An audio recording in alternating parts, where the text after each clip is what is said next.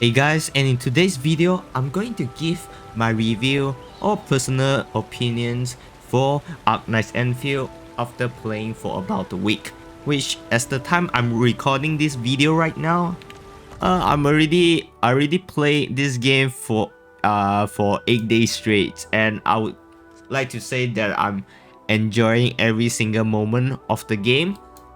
Though it has some disappointments here and there about this game in general, but I would say the experience is fun, at least for me. So I don't really have a script for this this video, but I do take a few notes that about the things that I would like to talk about the game that I've experienced for these past few days. So let's talk about the disappointment of this game, which I would like which is probably everybody thinks the same, which is the gacha system. Like most of the people, I would like to say that luckily I am one of the lucky one in this game. I did not get like 3 Ardelia constellations or some shit like that. I actually got basically all of the standard character except Amber, which I'm actually aiming for, but still hopefully she does not spooks me during one of the limited pools character in the future.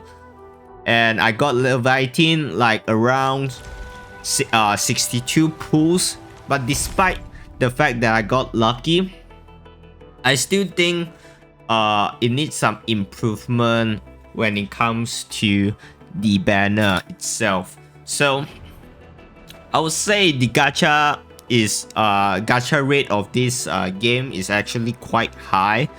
The one problem I have with this game right now is that the 120 will reset after you get it early, which I think it shouldn't be that case. It should stay as like a reward for you if you hit 120.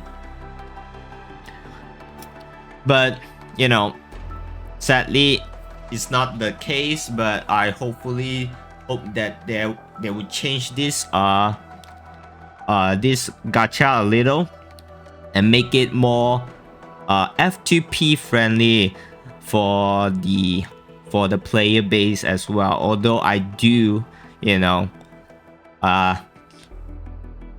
swipe my card a little, but it will be easy for everybody to get the characters that they want, even though the rates are high.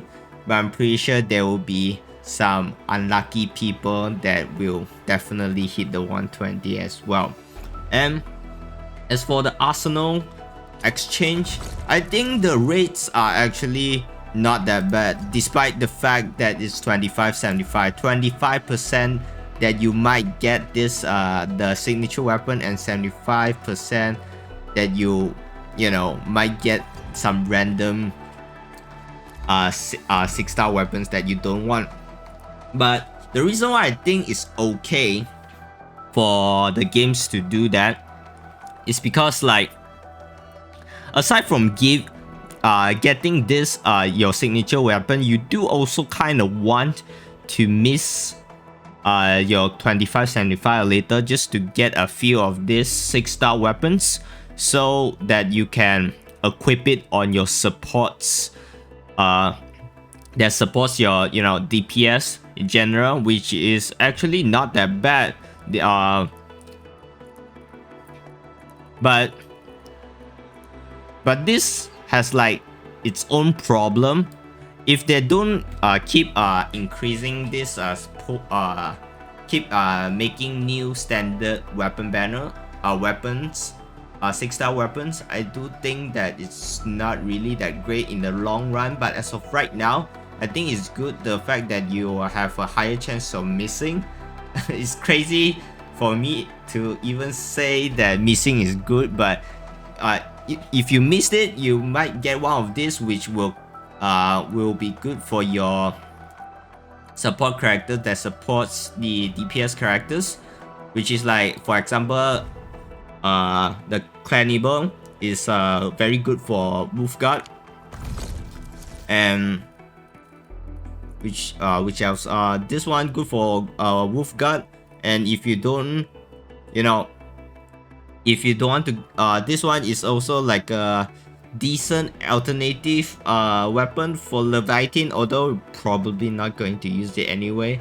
You're probably going to use either this the signature weapons, or maybe the, you know, the battle pass weapon instead. This one is actually good for Yvonne, this one is good for Ling Feng, and this one is just basically good for the shield types character that use great sword, which is kind of neat.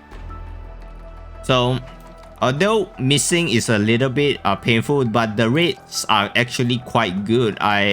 Before even getting I actually did I hit hard PT on the weapons, but the rates of getting 6-star is actually quite high. As you can see, I got Cannibal 1, and afterwards I actually got like a few 6-stars as well, like this one. Yeah, I got a total of 3 6-stars weapon before getting Leviathan's weapon, the Forsborn, which is not that bad, to be honest. But I would say that they kind of give a little too less for Arsenal tickets. Like, they say that they will have other ways to farm Arsenal tickets aside from pooling, but it's actually not that much. You can only get it from here, the weekly, which only gives you 100 per week. I think it's alright, since one patch is around, hopefully it's around 42 days. If each patch is around 42 days, even if they give us like 300, it's not really a big deal. It's almost like with the additions of the battle pass that they will give some Arsenal tickets, you will probably gain like 1 free pulls per patch. So I think increasing to 300 is not really a big deal. Your main source of Arsenal ticket income is still by pulling the character banners. And also, one of the other ways to get the Arsenal tickets is from the acquisition center, which is actually not a lot. It's very less. As you can see, you can even get Oro Barrel from this, which only gives you like 25 for 400 points, which the exchange rate is not that great, but I believe that this place is for you to get little by little, and hopefully one day you'll get it. It will help you a little. It just helps you a little, not that much. If you didn't get this, you can try and refresh it and try to try your luck and get the premium currency from here. But to be honest, it's not really that much. Aside from the gacha, the gacha system, which needed to be fixed like urgently. Hopefully they will fix it during the next patch. Because I don't think they will fix it on this current patch, since it's already released and most of us already pull in this banner. So we will need to basically see the changes in the next patch. Hopefully it does.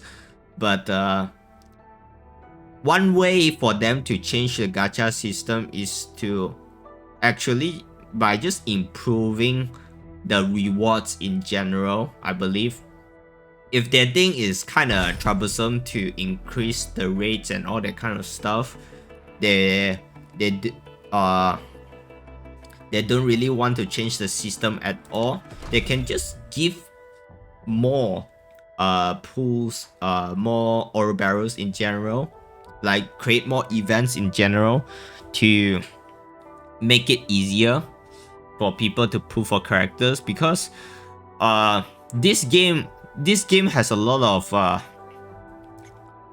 lot of things to do, which I found it very enjoyable. It's more like a triple A game than a gacha game, to be honest.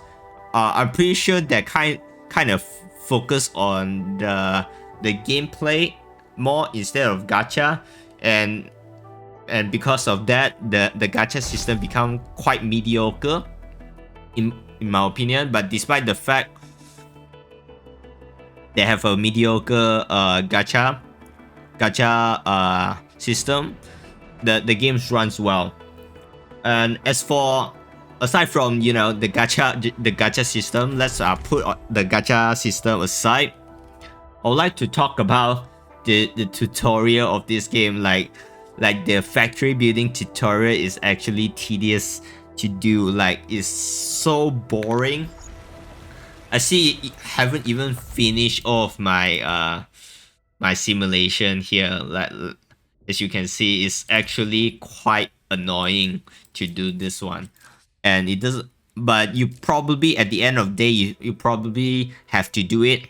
You're basically forced to do it because it gives you a lot of gives you some rewards, gives you some ore barrels here and there, and also gives you EXP as well. So it will actually helps you out on leveling up on the early game. Like right now, 100 is not really, that much for me because I'm really level 52.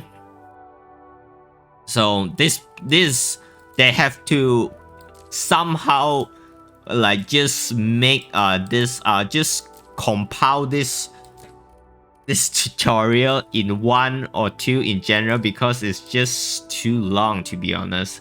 And also, like, as for people that already understand the system in general, this is just a hassle for us to do anyway. So it will be nice for people that already understood the assignment to just skip everything in general and just get the rewards, to be honest.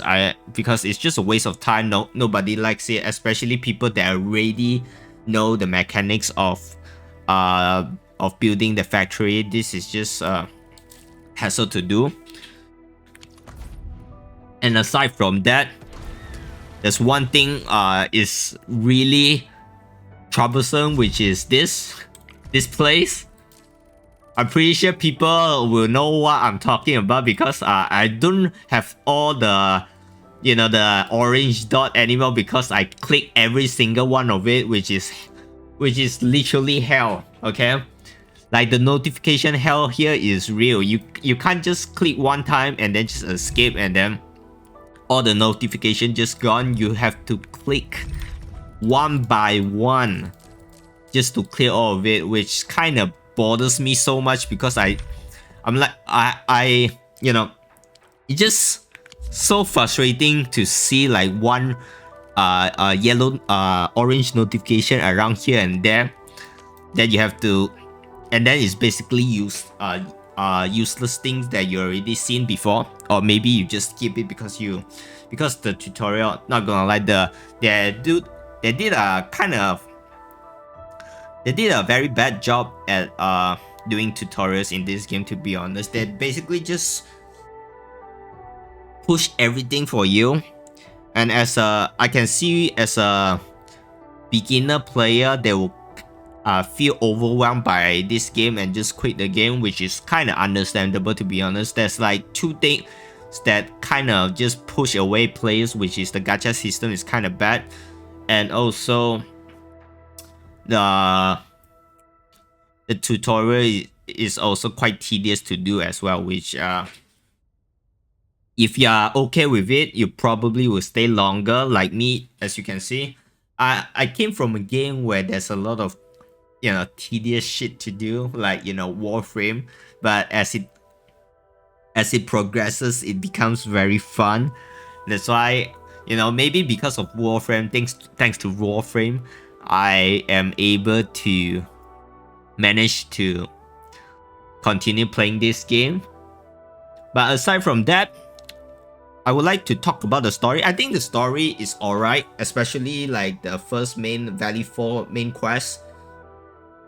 The Valley 4 main quest is nothing interesting. They throw a lot of you know a lot of new terms for you that you don't even understand at all.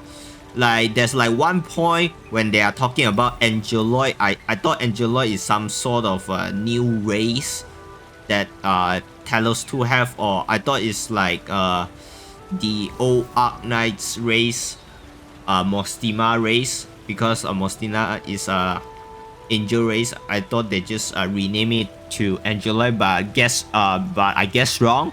It's actually Angeloid is basically like the monster around this game. So there's that. It's kind of confusing a little, but once you get it, it's fine. But I can see why people get confused during when they progress Valley Force quest. And the one that one is not really a big deal for me, at least. But one thing that kind of disturbed me a little is that the character and the NPC animations are kind of stiff during cutscene. It's not really that polished compared to games like Wuthering Waves that I've played, even like ZZZ as well. And aside from that, this one actually gets improved, but at Valley 4, it's very obvious that you can see there's a lot of reuse of asset when it comes to NPC, which makes them look all the same for all the time, especially the grandma, which is like the very obvious one. But as you reach Wuling, they kind of fix a little, which is great. So hopefully they will keep it up and don't make it too obvious for the audience, cause I get it, it's just NPC, nobody really looks at it. Aside from maybe Wa did a great job. Maybe Wa just spoils me because how amazing the NPC looks in the game. So maybe that's the case. But that's basically the bad side, the cons of this game for now. Hopefully they will be able to fix all of this issue. But let's talk about the good side of the game.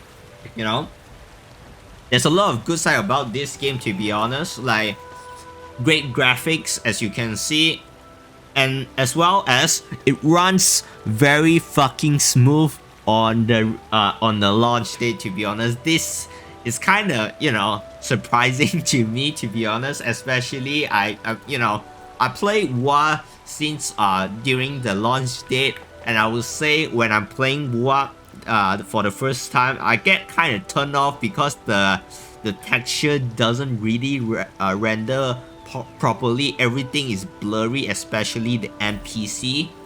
So when they do a cutscene and they do a cutscene and they zoom in the NPC, it makes it very obvious, and just it just make it less immersive during the storytelling in general. So this game did a very great job, probably because they are not using Unreal Engine 5, which is, to be honest, I feel like Unreal Engine 5 is kinda difficult to optimize the game. Therefore they kind of fuck it out during the launch date. Even like the 3.0 Laharoy updates as well. When they first update, it has a little bit optimization issue that I've noticed. Even though I have I have a 5070 Ti with DDR5 32 GB of RAM, I still can notice the frame drop rate and all the, you know, the texture buffering in general. But this game doesn't really have those, which is amazing. Okay, Wolf Guy is talking. Anyway, and as for the, you know, the factory building, let me show you one of my factory. Okay, as you can see, this is my factory. I would like to admit that I do copy from one of the content creators that created this build. Okay, I would like to confess that I've copied. Sorry about that. But you know, during the beginning of the factory building system, I did try to make my own build. Eventually, of course, my build is tedious as fuck and also not really well organized like this one. I probably spent around like 10 hours or so just by building by myself, and then I just, you know, at the end of the day, I have like some problem, like, you know, high power fluctuation, which makes my factory not stable at all, and also my builds are like you know, just use too much space in general. So after like reaching late game, I decided to just trash everything, like trash all my build and just find someone to copy from it, which is, you know, if you don't like it, you can still copy it anyway. But I would suggest you to at least try, you know, because it's actually fun. And when you try for the first time, at least you will get the fundamentals of building. It's actually not really that difficult, to be honest. It's actually very easy. The only hard part about building the factory system is going through the tutorial and making it very efficient. That's probably the two main things that will kind of bothers you a lot, especially making it very efficient. This one is considered quite efficient. As for right now, Wuling doesn't really have a lot of ferrum ore, so I really need to monitor here a little bit more. But aside from that, it's one of the efficient builds that I found on YouTube, which is great. You can literally go check it out if you want. You can just search base building for endgame. It's probably going to come out anyway. But yeah, building is fun. In general, if you don't like, there's a you know, there's a feature for you to copy as well. I do not recommend using the system blueprint because it kind of just use a lot of space in general. Their building kind of suck. Even if you use it, you will probably do some optimization by yourself anyway, which is a hassle. So it's just better for you to just either make it yourself or just copy from others in general. But one thing I would say that the factory system is still not really perfect. There's definitely room to improve. Like I would like to see like Control Z and Control Y, which is undo and redo feature in this game, which will make building more, you know, more fun and easy in general, as well as, you know, making if they can, I would like to see them implementing a feature where you can go to a simulation to, you know, build a base with unlimited resource, and after you build it, you can save it as a blueprint and then just bring it to your base and just instantly build it in general. I think it will make it much more fun for people who likes to experiment different build. And as well as you know, for beginners, they should also make it kind of beginner friendly as well for base building. Not just, you know, not just copying people's build, but one thing about building by yourself is that you probably not going to memorize every single procedure of it. So you most of the time you'll have to go to database, go to the item files and search for whatever you want to build, which it will tell you the the formula of making it, like here. And one thing I have a problem with this is that you can't really minimize this and then like put it at the side so you can see while building at the same time. Hopefully they will implement like some sort of a window, just like a small window you can open here to see the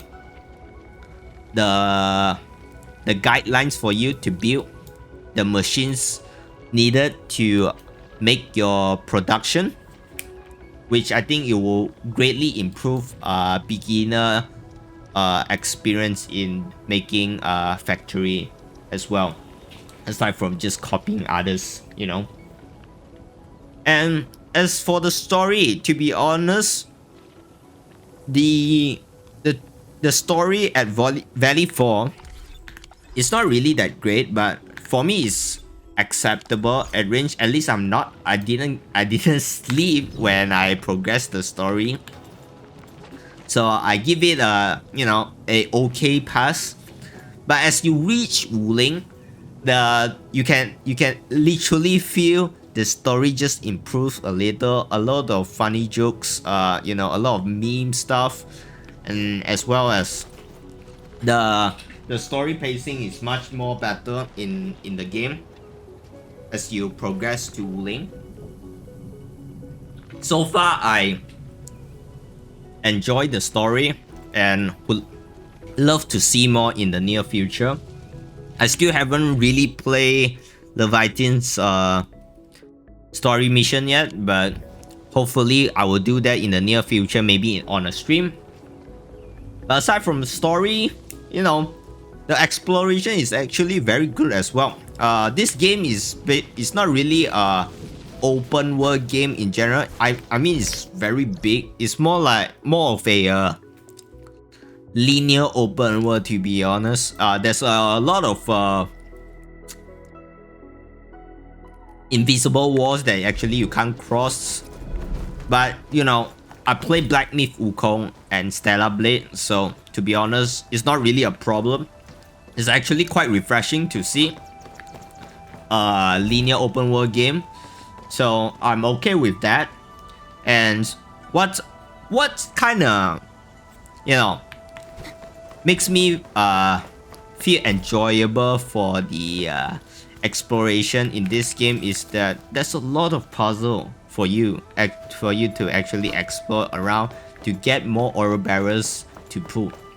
It's actually enjoyable to explore, especially with such a great graphic for this game. Especially you reach Wuling, to be honest. Wuling just blows my mind. Like the design wise, the architecture is just 10 out of 10 to me. So able to explore this amazing world while doing puzzles and stuff and get pulls are actually very fun. Though I'm pretty sure people complain about not having a lot of pool is because that they scatter the pools on a lot of places like side quests, puzzle, chess, and all that kind of stuff, which makes it seems very difficult to get pools. But I assure you, they did give enough for you to probably at least guarantee 2 limited characters in this patch. So maybe you might not get level 10 in time because the gacha, because each banner only like lasts for 17 days, which is actually quite short, to be honest. Hopefully in the next patch they will just release 2 characters per patch, and that will be easy for people to get the characters. And you know what, aside from that, yeah, the combat is also quite smooth, and it's different enough for me to enjoy, because I am very new to operators just being around me, like character being around me and fighting alongside with me. So it's a change of pace when it comes to a new combat system, which I'm used to, like WoW, like WoW and ZZZ. I didn't play ZZZ for quite some times, but it's basically almost as same as WoW. That's why it's kind of refreshing for me to actually play, and it's actually quite challenging despite the fact their lack of like Tower of Adversity or Whimpering Waves kind of end game. The way you farm for end game materials for you to level up your character, this like deep drive difficulty for each of this mission is actually quite challenging. I did die a few times just to farm, and you know, I'm actually kind of surprised to see them making it quite challenging for it, though it's not really really like very difficult. They didn't really make it like too difficult to the point you can't really farm, but it's challenging enough for you for me at least to give me a hard time, but not too much to the point it feels like I'm fighting like a Dark Souls boss or fighting a hologram boss in WoW. So overall, for the past few days of playing this game, I'm having a blast. Just enjoying the games in general. Just that the upgrading the materials of all these characters is quite limited. So for now, I'm just going to focus on this team and ignore my physical and ice team for now, because I don't really have enough resource. But hopefully one day I will, because I mean, it's a gacha game. Slowly but surely you'll have the resource to act one day just max all of your characters and you know, just chill in the game in general, just like WoW. Right now I'm just chilling doing my dailies, but hopefully, yeah, that's about it. That's basically my opinion of the game. Basically, gacha is bad. Animation during the cutscene needs to be fixed. Arsenal tickets need to be increased when it comes to the rewards. The notification hell also needs to be fixed. But aside from that, great launch. Factory building is actually kind of fun, even for beginners like me, and also quite kind of easy because you can just copy people's. Story becomes very interesting when you reach Wuling, and combat is unique enough for me to play. So in conclusion, but oh yeah, before I end the video, I would like to say that if you really hate the factory building part, you don't even want to take part in it at all, I would say that this game isn't for you at all. You can just basically just, you know, don't even bother playing this game, despite the fact they have such an amazing graphics and gameplay, because the game progression literally ties with the factory building. So regardless, you'll never be able to escape from touching this thing at all. You definitely have to somehow at least build it.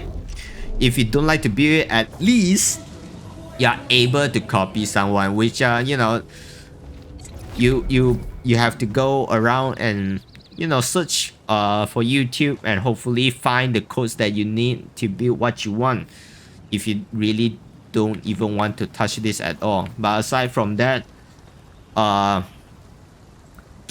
and, you know, if you have the time, you should definitely give this game a try, I would say, if you have time though, because this game is actually very time consuming, even for me. Although it's very rewarding, actually very addictive for me, especially when you try to build the factory, because every night before I even go to sleep, I keep thinking about how to make it more more efficient. Even though I already copy someone's homework, I still try to want to improve my base in general, which I think it just makes it, you know, very it's actually a very addictive gameplay. Uh, sorry, when it comes to factory building. So yeah, give it a go if you do like factory building. Maybe even if you are uninterested at first, if you try it, maybe it might get fun for you, like me. So yeah, if you basically in conclusion, you like if you like factory building, you want a great graphics gacha game, you like 3D gacha games, you definitely should try this game out. But right now the main problem, main issue for this game right now, that people just trying to review bombing, is probably just the gacha system, is because of the gacha system being very bad, which is actually understandable. I get the hate, and I actually fully support the hate, because Hyperglyph is a very stubborn company. Okay, I can say that as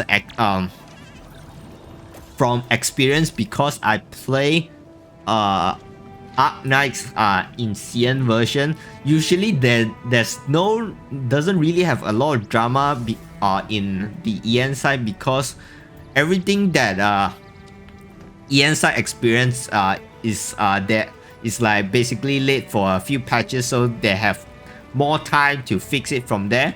So if you play on the CN side, you basically know there's I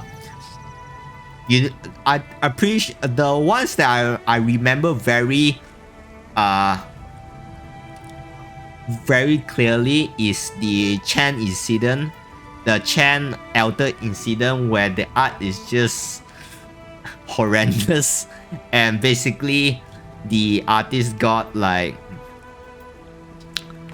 the artist is basically the art director for the game, and that's like basically a whole big drama during way back then. But you know, it's solved.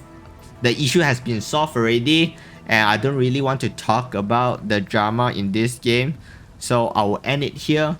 Hopefully this review, this gibberish review without a script, helps you on you know, helps you understand this game. Sorry for pausing for so long.